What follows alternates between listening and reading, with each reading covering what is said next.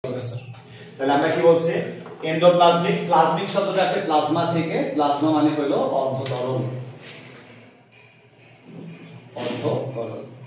ওকে আর reticulum মানে আমরা আগেই বলছিলাম জালিকা তার মানে এই কথার মানে আসলে কি বোঝায় এই কথার মানে বোঝায় ধরো আমরা পড়ছিলাম না কোষের কথা ওটা ভিডিও দিকে নজর দেওয়া দরকার নেই ওটা এদিকে নজর রাখো ওকে ওটা বাদ এদিকে তাকাও এদিকে তাকাও দেখো এর ভেতরের পদার্থগুলোকে আমরা কি বলি মনে আছে তোমাদের সাইটোপ্লাজম কি বলছিলাম সাইটোপ্লাজম সাইটো মানে কি বলছিলাম সেল ওকে প্লাজম মানে কি বলছি অর্ধতরল তাই না তো এই যে সাইটোপ্লাজম এই যে অর্ধতরল অংশটা এই অংশটার মধ্যে একটা জাল ছড়ানো থাকে অর্ধতরল অংশটার মধ্যে কি থাকে একটা জাল ছড়ানো থাকে যেই জালটা কোথায় অর্ধতরলের অভ্যন্তরে ছড়ানো থাকে ওকে এই জন্য এই জালটার নাম হচ্ছে এন্ডোপ্লাজমিক যেহেতু এটা কার মধ্যে আছে বলতো অর্ধতরলের ভেতরে জালটা আছে তাই জালটাকে আমরা বলি হচ্ছে এন্ডোপ্লাজমিক রেটিকুলাম তো এটা কি রকম হয় দেখো এটা যদি নিউক্লিয়াস আমরা ধরি তো দেখা যায় এই নিউক্লিয়াস থেকে শুরু করে এই রকম একটা জালের মতো একটা পার্ট এইভাবে ছড়ানো থাকে ওকে এই যে জালটা ছড়ানো আছে এই জালটার নামই হচ্ছে এন্ডোপ্লাজমিক রেটিকুলাম বাংলা বলে দাঁড়াচ্ছে যেটা অর্ধতরল জাল কি বলা হয় এটাকে আমরা বলি অর্ধতরল জাল বা অর্ধতরল জালিকা তো আমরা রাইবোজোমের পরপরই কেন এটাতে আসলাম আমরা কোষীয় অঙ্গাণুগুলো যখন পড়তেছিলাম সাইটোপ্লাজমিক অর্গান তখন আমরা প্রথমে কার কথা পড়তেছিলাম বলতো রাইবোজোমের কথা প্রথমে পড়ছি বলছিলাম রাইবোজোম কি তৈরি করে প্রোটিন তৈরি করে আর প্রোটিন ব্যতীত কোনো জীবদেহই তৈরি হওয়া সম্ভব না প্রথম কোষের কোন উপাদান যদি তৈরি হয় সেটা কি তৈরি হয়েছিল রাইবোজোম তৈরি হয়েছিল কে কোষের উপাদান আকারে কোষের অঙ্গাণু আকারে যদি কেউ তৈরি হয়ে থাকে সেটা কে তৈরি হয়েছিল সেটা তৈরি হয়েছিল হচ্ছে রাইবোজোম কেন কারণ তুমি যদি ডিএনএ এর কথাও ধরতে যাও তুমি ধরো যে ডিএনএ এর কথাও ধরতে যাও এই ডিএনএ এর মধ্যে কি ছিল বলতো এই যে অ্যাডিনিন থায়ামিন সাইটোসিন গুয়ানিন ছিল না তো এরা কারা এরা তো প্রোটিন ছিল তাই না তাহলে ওদেরকে তৈরি করা লাগছে তো আর তৈরি করতে গেলে কাকে লেগেছিল রাইবোজোমকে লেগেছিল তাই তো তো ঘটনা হলো এই জায়গায় এখন আমরা পর কেন ইআর এর কাছে চলে আসলাম স্যার ক্রোমোজোমের অবস্থান ডিএনএ তে নাকি ডিএনএ এর অবস্থান ক্রোমোজোমে ওকে তবে এটা নিউক্লিয়াস ওকে নিউক্লিয়াসের মধ্যে কি আছে বলতো ক্রোমোজোম আছে কি আছে সরি ক্রোমাটিন তন্তু আছে এই ক্রোমাটিন তন্তু যদি ভেঙে যায় তাহলে কি তৈরি হয় হচ্ছে ক্রোমোজোম তৈরি হয় আর তুমি যদি ক্রোমোজোমকে ভাঙো তাহলে ক্রোমোজোম কি দ্বারা তৈরি ক্রোমোজোম হচ্ছে এই ডিএনএ দ্বারা তৈরি তাহলে কি বুঝলাম অনেকগুলো ডিএনএ মিলে কি তৈরি হয় একটা ক্রোমোজোম তৈরি হয় আর অনেকগুলো ক্রোমোজোম মিলে কি তৈরি হয় ক্রোমাটিন তন্তু তৈরি হয় বুঝতে পেরেছি আচ্ছা এই হলো টোটাল ঘটনা আশা করি একটু বুঝেছি তো এখন আমরা কি বলছিলাম আমাদের ব্যাপারটা হলো রাইবোজোমের পরপর এটা বলার কারণ কি এর কারণটা হলো এই ইআর এর গায়ে অনেক সময় রাইবোজোম লেগে থাকে ওকে ইআর এর গায়ে কি লেগে থাকে এরকম রাইবোজোম লেগে থাকে ইআর এর গায়ে রাইবোজোম লেগে থাকে কেন লেগে থাকে কারণ রাইবোজোম তৈরি হয় হচ্ছে এই নিউক্লিয়াসের মধ্যে তৈরি হয় তার মধ্যে তৈরি হয় নিউক্লিয়াসের মধ্যে রাইবোজোম তৈরি হয় রাইবোজোম নিউক্লিয়াস থেকে একটা সময় বের হয়ে কোথায় চলে আসে সাইটোপ্লাজমে চলে আসে তো যখন সাইটোপ্লাজমে চলে আসে তখন সে এই যে ইআর এর গায়ের সঙ্গে লেগে থাকে ওকে তাহলে বুঝতে পারছো কথাটা তাহলে রাইবোজোম তৈরি হয় কোথায় রাইবোজোম তৈরি হয় নিউক্লিয়াসের মধ্যে তো নিউক্লিয়াসে অসংখ্য রাইবোজোম তৈরি হয় সেই রাইবোজোম এক সময় কোথায় আসে সাইটোপ্লাজমের মধ্যে চলে আসে যখন সে সাইটোপ্লাজমের মধ্যে আসে তখন স্বাভাবিকভাবে নিউক্লিয়াসের চারপাশে যারা থাকবে তাদের গায়ে রাইবোজোম লেগে থাকার সম্ভাবনা বেশি থাকবে না অবশ্যই বেশি থাকবে তাহলে এই যে ইআর লেগে আছে কার সাথে নিউক্লিয়াসের সাথে তাই রাইবোজোম যখন বের হয় তখন নিউক্লিয়াসের সঙ্গে লেগে থাকার সম্ভাবনা বেশি থাকে বুঝতে পেরেছেন তো এই যে রাইবোজোম নিউক্লিয়াস ইআর এর কোন জায়গায় লেগে থাকবে ইআর এর যে জায়গায় লেগে থাকবে সেটা হচ্ছে শুরুর দিকে যে জালগুলো আছে এই জালগুলোর দিকে রাইবোজোম লেগে থাকে বেশি ওকে আর যে অংশগুলো এরকম পেছনের দিকে আছে কোন দিকে নিচের দিকে আছে সেই অংশগুলোর দিকে রাইবোজোম খুব একটা লেগে থাকে না বুঝতে পারলে কোন অনেক দূরে আছে তো দূরে লেগে থাকার সম্ভাবনা কমই থাকবে আর যেগুলো কাছাকাছি থাকবে সেগুলোতে কি থাকবে লেগে থাকার সম্ভাবনা বেশি থাকবে না এই জন্য আমরা এই রাইবোজোম ইআর কেও আমরা দুই ভাগে ভাগ করি কয় ভাগে দুই ভাগে তাহলে ইয়ার কে আমরা কয় ভাগে ভাগ করছি বলো তো? দুই ভাগে ভাগ করতেছি। একটাকে আমরা বলবো এস ই আর, আর একটাকে আমরা বলবো আর ই আর। এখন এর মানে আসলে কি? এস মানে হইল স্মুথ, স্মুথ এন্ডোপ্লাজমিক রেটিকুলাম।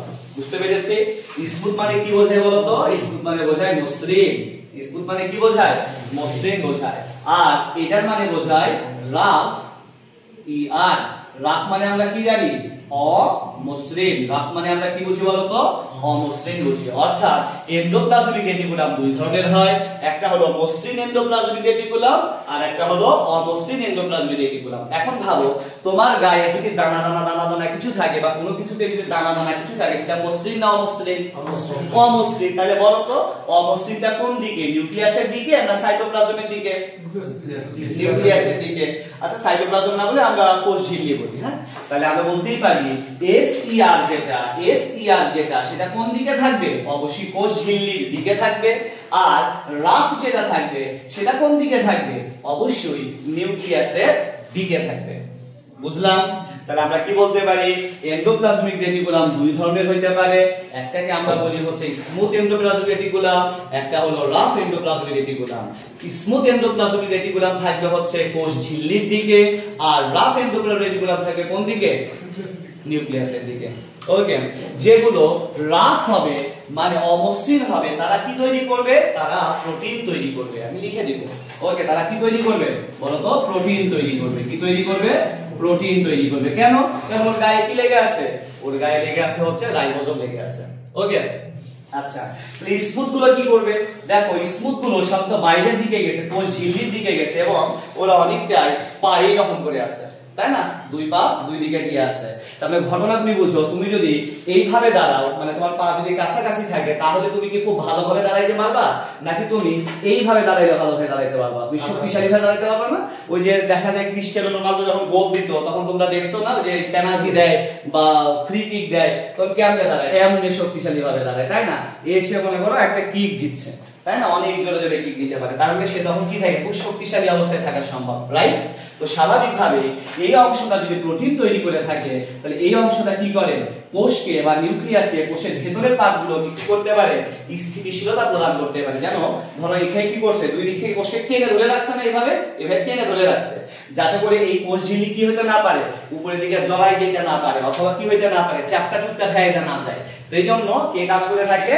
এই অংশটা কাজ করে থাকে। তাহলে আমি বলতেই পারি এস অংশটা, স্মুথ অংশ যেটা, সেটা কি করে? কোষকে স্থিতি প্রদান করতে পারে, আর রাফ অংশটা কি করে? প্রোটিন তৈরিতে সাহায্য করে থাকে। বুঝতে পেরেছি?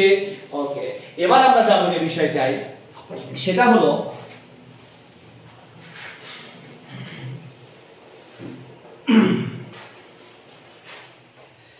এরা যে প্রোটিনগুলো তৈরি করে, সেই প্রোটিনগুলো কি টাইপের প্রোটিন?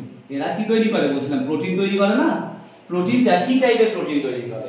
এরা আসলে যে প্রোটিনগুলো তৈরি করে, সেই প্রোটিনগুলো সব বিশৃঙ্খল প্রোটিন তৈরি করে। অর্থাৎ যে প্রোটিনটা তৈরি হয়, ওই প্রোটিন এখনো তোমার দেহের জন্য উপযোগী হয়ে তৈরি হয় নাই। অনেকটাই বলা যায় রান্নাঘরে রান্না হয়, কিন্তু সেখানে সব সাজানো গোছানো শুরুতেই থাকে না। যখন রান্না বাড়ি হয় তখন সাজানো গোছানো থাকে না। খাবারটা সাজানো গোছানো কোথায় থাকে? তোমাদের বাসার ডাইনিং টেবিলে থাকে, তাই না? তো ঘটনা হলো আমরা বলতে পারি ইয়ার অনেকটা সেই ধরনের। ও কি করে? ও প্রোটিন কেবল তৈরি করে যায়। কি করে? প্রোটিনগুলো তৈরি করে, কিন্তু সেগুলোকে প্যাকেটিং করে না, ওটা শৃঙ্খলিত করে না। এগুলো সব উল্টাপাল্টা প্রোটিন। অথবা বলতে পারি এই প্রোটিনগুলো আসলে ত্রুটিযুক্ত প্রোটিন। কেমন প্রোটিন? ত্রুটিযুক্ত প্রোটিন। অনেকটাই ধরো যে একটা ওই যে রাত কি বলে ওটাকে, কাঠমিস্ত্রি যারা থাকে, তারা টেবিল টুবিল বানায়। প্রথমে টেবিল বানানোর পরে সে কি করে? প্রথমে আগে টেবিলে একটা শেপ দেয়, তাই না? শেপ দেওয়ার পর তারপর সে কি করে? ওটাকে ফিনিশিং দেয়, তাই না? ফিনিশিং দেওয়ার টাইমে কি অনেক বেশি স্মুথ করে, বারবার ঘষতে থাকে, তাই না? বারবার কাঠ উঠাইতে থাকে, উপরে ছিলতে থাকে, যতক্ষণ না সেটা কি হয়? প্রচুর পরিমাণে মসৃণ না হয়। কথা বুঝতে পেরেছি? তো ইয়ার হলো সেই প্রাথমিক অবস্থা, সে জাস্ট প্রোটিনগুলো তৈরি করে দিচ্ছে, কিন্তু এই প্রোটিনগুলো কি অবস্থায় নাই? শৃঙ্খলিত অবস্থায় নেই, ত্রুটিযুক্ত অবস্থায় আছে। কেমন থাকবে এগুলো? ত্রুটিযুক্ত অবস্থায় থাকবে। তাহলে এই ত্রুটি দূর করার জন্য কেউ না কেউ আছে, এই ত্রুটি দূর করার জন্য কেউ না কেউ আছে। তো তারা কারা? তারা হচ্ছে, আমরা যদি ইয়ার এর গঠনের মধ্যে ঢুকতে পারি তাহলে আমরা বুঝতে পারবো কারা। তাহলে এইটুকু আমরা মনে রাখবো, ইয়ার কি করে? ত্রুটিযুক্ত প্রোটিন তৈরি করে। কি তৈরি করে? ত্রুটিযুক্ত প্রোটিন তৈরি করে। ওকে, এবার পরবর্তী যে কাজটা করে সেটা হচ্ছে ইয়ারই একজনকে তৈরি করে দেয়। ইয়ার কি করে বলতো? এমন একজনকে তৈরি করে যে পরবর্তীতে এই ত্রুটিযুক্ত প্রোটিনগুলোকে সে কি করতে পারে? শৃঙ্খলিত করতে পারে, ত্রুটিগুলোকে দূর করতে পারে। তো এটা যদি আমরা বুঝতে চাই এই অংশটা যে কে করে সেটা আমরা বুঝবো ইয়ার এর গঠনের মধ্যে যদি আমরা যাই তাহলেই বুঝতে পারবো। ইয়ার এর গঠনের মধ্যে আমরা তিনটা অঞ্চল দেখতে পাই। কয়টা অঞ্চল? বা তিনটি অংশ দেখা যায়, বা তিন ধরনের আমরা দেখতে পাই। তিন ধরনের ইয়ার দেখা যায়। ওকে, কয় ধরনের? তিন ধরনের ইয়ার বা এন্ডোপ্লাজমিক রেটিকুলাম আমরা দেখতে পাই। কি কি? তো আমরা প্রথমটা মনে রাখবো, একটার নাম হলো সিস্টার্নি। কি নাম? একটা নাম হলো সিস্টার্নি। কি নাম? সিস্টার্নি। সিস্টার্নি কোন অংশটা? এই দেখো, যে অংশটা এরকম ভাঁজওয়ালা হয়েছে, নালিকার মতো হয়েছে। কিসের মতো? নালিকার মতো। তাহলে সিস্টার্নি কেমন হয় বলতো? নালিকার মতো হয়। সিস্টার্নি কেমন হয়? নালিকার মতো হয়। আর বায়োলজিতে তুমি যত জায়গায় নালিকা শব্দটা পাবা বা নালী শব্দটা পাবা, তার মানে যেটা বুঝবা সেটা হলো নালিকার ভেতর সব সময় ফাঁপা হয়। নালিকার ভেতর সব সময় ফাঁপা হয়, মানে একটা গহ্বর থাকে। ওকে, আর যদি কোনো জায়গায় ফিলামেন্ট শব্দ পাও, কি পাও? ফিলামেন্ট নামক কোনো শব্দ পাও, কাকে পাও? ফিলামেন্ট নামক শব্দ পাও, তাহলে মনে রাখবা এটা কিন্তু পুরু হয়। কেমন হয়? এটা পুরু হয়। তাহলে মনে রাখবা, যদি সিস্টার্নি হয় বা নালিকা হয়, সরি, যে নালিকা হয় তাহলে ভেতরটা কেমন? ফাঁপা। আর যদি ফিলামেন্ট হয় তাহলে কি হবে বলতো? ভেতরটা পূর্ণ থাকবে। কি থাকবে? ভেতরটা পূর্ণ থাকবে। কথা বুঝতে পেরেছি? যত জায়গায় টিউবিউল পাবা, নালিকা শব্দ পাবা, সেগুলো ফাঁপা। আর যত জায়গায় ফিলামেন্ট শব্দ পাবা সব পরিপূর্ণ। কথা বুঝলাম? আচ্ছা, তাহলে সিস্টার্নি কেমন হয়? নালিকার মতো হয়। এবং এরা কেমন ভাবে থাকে? দেখো, এরা কিন্তু সমান্তরাল ভাবে আছে। কিভাবে থাকবে? এরকম ভাবে সমান্তরাল ভাবে থাকবে। কিভাবে থাকবে? এরা সমান্তরাল ভাবে থাকবে। তাহলে সিস্টার্নি হবে নালিকাময় বা নালিকার ন্যায়, অথবা বলতে পারি আমরা এদেরকে চৌবাচ্চার মতো। কিসের মতো? চৌবাচ্চার মতো। চৌবাচ্চা চেনো? চৌবাচ্চা চেনো? এই যে এই টাইপের হয়, এই যে এই টাইপের হয় চৌবাচ্চা। ওকে, কিসের মতো হয়? চৌবাচ্চার মতো এটা হইতে পারে। সিস্টার্নি নালিকার ন্যায় হয়, চৌবাচ্চার মতো হইতে পারে, এবং এরা কিন্তু সমান্তরালে থাকবে। কিভাবে থাকবে বলতো? এরা সমান্তরালে থাকবে। কিভাবে? সমান্তরালে অবস্থান করবে, প্যারালালি অবস্থান করবে, সমান্তরালে থাকে, সমান্তরালে থাকে। এরপর আমরা মনে রাখবো কি? এরপর আরেকটা কথা মনে রাখবো, সেটা হচ্ছে এর কি কোনো শাখা প্রশাখা আছে?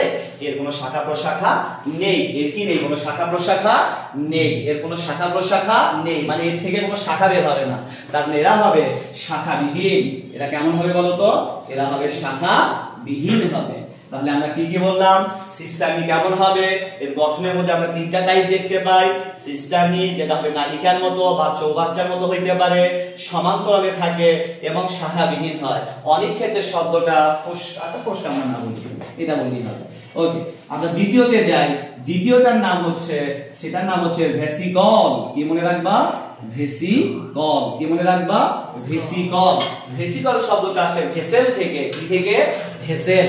ভেসেল মানে হলো গহ্বর। ভেসেল মানে কি? গহ্বর। ভেসেল মানে গহ্বর। ভেসেল মানে গহ্বর। আর যত জায়গায় বায়োলজিতে যত জায়গায় উল, উলা, কল এরকম শব্দ পাবা, হ্যাঁ, তার মানে বুঝবা হচ্ছে এটা মানে ছোট বোঝায়। কি বোঝায়? ছোট বোঝায়। তাহলে ভেসিকল মানে কি বোঝায়? অর্থাৎ এটা ছোট একটা গহ্বর। এটা কি একটা ছোট গহ্বর। এটা কি একটা ছোট গহ্বর। তার মানে এর ক্ষেত্রে কিছু গহ্বর থাকতে পারে। যদি আমরা এখানে গহ্বরটা আঁকিনি এখনো, আমি দেখাচ্ছি তোমাকে গহ্বরটা। তাহলে কি থাকতে পারে? কিছু ভেসিকল থাকতে পারে, মানে এন্ডোপ্লাজমিক রেটিকুলাম তার মতো হইতে পারে, কিছু গোলাকার ভেসিকলের মতো হইতে পারে।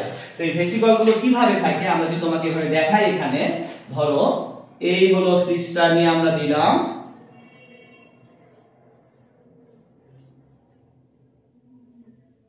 এই হলো সিস্টার্নি গেছে। এর মাঝে মাঝে এই যে দুই সিস্টার্নির মাঝে অনেক সময় দেখা যায় এরকম গোলাকার বস্তু থাকে, এরকম গোলাকার কিছু পার্ট পাওয়া যায়। তারাও কিন্তু আসলে এন্ডোপ্লাজমিক রেটিকুলাম। তারাও আসলে কি? Endoplasmic reticulum. এই যে এন্ডোপ্লাজমিক রেটিকুলাম, এরা যারা, এদেরকে আমরা যে গোলাকার যারা, যেগুলো যে এন্ডোপ্লাজমিক রেটিকুলাম গুলো গোলাকার, যে ইয়ার গুলো কি হবে? গোলাকার, তাদেরকে আমরা কি বলি? ভেসিকল বলা হয়। ভেসিকল মানে কি? গহ্বর। ভেসিকল মানে গহ্বর। এখন এটা আসলো কই থেকে? এদেরকে আসলে কে তৈরি করছে জানো? স্বয়ং সিস্টানি তৈরি করছে। কে তৈরি করছে? সিস্টানি তৈরি করছে। কিভাবে তৈরি করছে আমরা খেয়াল করি। দেখো এর সঙ্গে রাইবোজোম গুলো লেগেছিল না? রাইবোজোম লেগেছিল। তো রাইবোজোম যেহেতু প্রোটিন সংশ্লেষণ করে আর ও লেগে আছে ইআর এর সাথে, ও কি করছে? প্রোটিন সংশ্লেষণ করছে। কি করছে? প্রোটিন সংশ্লেষণ করছে। ওই যে প্রোটিন গুলো তৈরি হয়েছে এর ভেতরে, তৈরি হওয়ার পরে ও কি করছে? এই প্রোটিন গুলোকে একটা বক্স আকারে বের করে দিয়েছে। কি আকারে বের করে দিয়েছে? একটা বক্স আকারে বের করছে। অনেকটাই হলো ওই যে তোমরা পেঁয়াজ, ছোট ছোট পেঁয়াজ বানায় না, অথবা তোমরা তালের খাইছো, গোল গোল বড়া খাইছো না? ওই সময় কি করে বলতো? অনেক সময় হাতের মধ্যে নিয়ে এরকম গোল গোল গোল গোল করে ফেলে দেয়, এরকম করে ফেলে না? এরকম। তো এর ব্যাপারটা এরকম। আমি যদি হাতটাকে ইয়ারের মতো করে চিন্তা করি, এর মধ্যে কি তৈরি হচ্ছে? প্রোটিন তৈরি হচ্ছে। আর প্রোটিন গুলোকে কি করতেছে? এরকম গোল গোল গোল গোল করে বাবলের মতো করে কি করতেছে? বের করে দিচ্ছে। এবং সেই সময় ওর বডি স্ট্রাকচারের পার্টও কি হচ্ছে? বের হয়ে যাচ্ছে। কথা বুঝতে পেরেছি? অর্থাৎ যখন প্রোটিনটা তৈরি হচ্ছে এর মধ্যে, প্রোটিনটা তৈরি হচ্ছে এই পার্টে, মনে করো প্রোটিন তৈরি হচ্ছে, হ্যাঁ, তখন কি করতেছে? এই পার্টটা ফুলে উঠতেছে। কি হচ্ছে বলতো? এই পার্টটা এরকম ফুলে উঠতেছে, মানে গোল আকারে ফুলে উঠতেছে। ওকে, তো এর মধ্যে ও কি করছে? এর মধ্যে প্রোটিন দিয়ে দিয়েছে। কি করছে? প্রোটিন দিয়েছে, দিয়ে করে বের করে দিয়েছে। ওকে, এইভাবে বের হয়ে গেল। এই হলো প্রোটিনটা বের হয়ে গেল। কি আছে? প্যাকেটের মধ্যে করে বের করে দিয়েছে। কথা বুঝলাম? এই যে গোল আকারে যারা বের হয়ে যাচ্ছে প্রোটিন নিয়ে, প্রোটিন তৈরি হচ্ছে, টুজিযুক্ত প্রোটিন, ওই প্রোটিনকে নিয়ে যারা বের হচ্ছিল, যে গহ্বরগুলো তৈরি হচ্ছে, এই গহ্বরগুলোকে আমরা বলি হচ্ছে ভেসিকল। বুঝতেছি? এই জন্য ভেসিকলগুলো কোথায় থাকে? দুই সিস্টারনির মাঝে থাকে। যেহেতু সিস্টারনির বাচ্চা ওইটা, তো বাচ্চা জন্মের পর কার কাছে থাকে? মায়ের কোলের মধ্যে থাকবে না? তো ওরাও তাই করতেছে, ও বাচ্চা পয়দা করতেছে, ওর কোলের মধ্যে আছে, দুই সিস্টারনির মাঝে আছে, একটু গরম দিচ্ছে, হয়তো তাপ দিচ্ছে। ওকে, বুঝতে পেরেছে? বুঝলাম? ওকে, আর একটা পার্ট আমরা দেখতেই পাচ্ছি, এটা লাস্টের দিকের পার্ট। দেখো এটা কিন্তু সমান্তরাল না। এটা কিসের মতো না? সমান্তরাল না। বুঝতে পেরেছি? এটা কেমন? অনেকটা এটা বলা যায় হচ্ছে গাছের ডালের মতো এটা হইতে পারে অনেক সময়। ধরো এই দিক থেকে একটা শাখা বের হতে পারে, ওকে, এই দিক থেকে শাখা বের হতে পারে, এরকম। তাহলে এরা কেমন হবে? এরা হবে হচ্ছে লম্বা নলের মতো। কিসের মতো হবে? লম্বা নলের মতো। এরাও নলের মতো হয়। এদের নাম আমরা বলি টিউবিউল। কি বলি এদেরকে? এদেরকে আমরা বলি টিউবিউল। এদেরকে আমরা কি বলি বলতো? টিউবিউল। টিউবিউল মানে নালিকায় বসে, তবে এটা লম্বা নালিকা। এটা কেমন? লম্বা। এরা কিন্তু এরকম ভাবে ওই চৌবাচ্চার মতো হয় না, এটা নরমালি কি হয়? লম্বা নালিকার মতো। কিসের মতো বলতো? লম্বা নালিকার মতো। ওকে, আচ্ছা, আর একটা দেখো, এদের কিন্তু কি আছে? শাখা প্রশাখা আছে। এদের কি আছে? শাখা প্রশাখা আছে। তাহলে কি লম্বা নালিকার মতো? আর এদের কি থাকবে? এরা শাখান্বিত হবে। কি হবে বলতো? এরা হবে শাখান্বিত। এরা কেমন হবে? এরা হবে শাখান্বিত। বুঝতে পেরেছি? তাহলে এই হলো টোটাল ঘটনা। আর মনে রাখবো, এই টিউবিউল যে পার্ট, এরাই মেইনলি কি প্রদান করে? স্থিতিশীলতা প্রদান করে। এরাই কি করে? স্থিতিশীলতা প্রদান করে। তাহলে আমরা ইয়ার থেকে কি কি বললাম একবার রিক্যাপ দিই আমরা। ইয়ার মানে হলো এন্ডোপ্লাজমিক রেটিকুলাম, যার এন্ডো মানে হলো ভেতরে বা অন্তঃস্থলে, প্লাজমিক মানে হলো অর্ধতরল, রেটিকুলাম মানে হলো জালিকা। যদি আমরা একসাথে করি তাহলে দাঁড়াচ্ছে সাইটোপ্লাজমের মধ্যে যে বা অর্ধতরল পদার্থের মধ্যে যে জালের ন্যায় অংশটা থাকে তাকে আমরা বলি এন্ডোপ্লাজমিক রেটিকুলাম। এরা সাধারণত নিউক্লিয়ার মেমব্রেন থেকে, কোথা থেকে? নিউক্লিয়ার মেমব্রেন থেকে কোষ ঝিল্লি পর্যন্ত ছড়ানো থাকে। তাহলে এদের উৎপত্তি স্থল সম্পর্কে বিজ্ঞানীদের মধ্যে মতভেদ আছে। কারণ মনে করেন যে এটা আসলে নিউক্লিয়াস থেকে তৈরি হয়েছে, আবার কেউ বলে এটা নিউক্লিয়াস থেকে তৈরি হয়নি, এটা তৈরি হয়েছে কোষ ঝিল্লি থেকে। কেন? তার কারণটা হচ্ছে এরও দেখো যে আবরণটা আছে সেটা আসলে লিপিড আর প্রোটিন দিয়েই গঠিত। কি দিয়ে গঠিত? লিপিড আর প্রোটিন দিয়ে গঠিত। আমরা বলছিলাম সাইটোপ্লাজমিক যত অর্গান আছে, সাইটোপ্লাজমিক যত অর্গান আছে সবার আবরণ কি দ্বারা গঠিত? লিপিড আর প্রোটিন দ্বারা গঠিত। তাহলে যেহেতু নিউক্লিয়াস যেটা, এর আবরণও লিপিড প্রোটিন দ্বারা গঠিত, এই যে কোষ ঝিল্লি যেটা, সেটাও কি দ্বারা গঠিত? লিপিড আর প্রোটিন, অর্থাৎ চর্বি এবং আমিষ দ্বারা গঠিত। লিপিড মানে আমরা বলছিলাম কি? চর্বি, তাই না? দ্বারা গঠিত। তাই বলা হয়, কারো মতে কোন বিজ্ঞানী বলছে যে এটা তৈরি হয় কি থেকে? কোষ ঝিল্লি থেকে তৈরি হয়। আবার কেউ বলছেন না, এটা কোষ ঝিল্লি থেকে না, এটা কই থেকে হয়? নিউক্লিয়াসের আবরণ থেকে তৈরি হয়, নিউক্লিয়ার মেমব্রেন থেকে তৈরি হয়। কথা বুঝলাম? আচ্ছা, তাহলে এখানে আমরা কয় ভাগে ভাগ করছি? দুই ভাগে ভাগ করছি। একটাকে আমরা কি বলছি? স্মুথ বা মসৃণ এন্ডোপ্লাজমিক রেটিকুলাম, আর একটাকে আমরা বলছি অমসৃণ এন্ডোপ্লাজমিক রেটিকুলাম। মসৃণটা কোথায় থাকে? কোষ ঝিল্লির দিকে থাকে। অমসৃণটা কই থাকে? নিউক্লিয়াসের দিকে থাকে। অমসৃণের গায়ে রাইবোজোম লেগে থাকে, মসৃণের গায়ে কোনো রাইবোজোম লেগে থাকে না। গঠনের উপর ভিত্তি করে আমরা এন্ডোপ্লাজমিক রেটিকুলামকে তিন রকম ভাবে পাই। ইয়ার কয় রকম পাই? তিন ধরনের পাই, সিস্টার্নি, ভেসিকল এবং টিউবিউল। কি কি? সিস্টার্নি, ভেসিকল এবং টিউবিউল। সিস্টার্নি কেমন?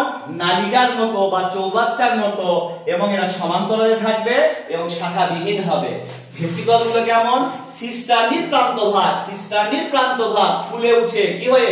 ফুলে উঠে যে গোলাকার ভেসিকল তৈরি করে বা গোলাকার গহ্বর তৈরি করে, তাদেরকে আমরা বলি হচ্ছে ভেসিকল।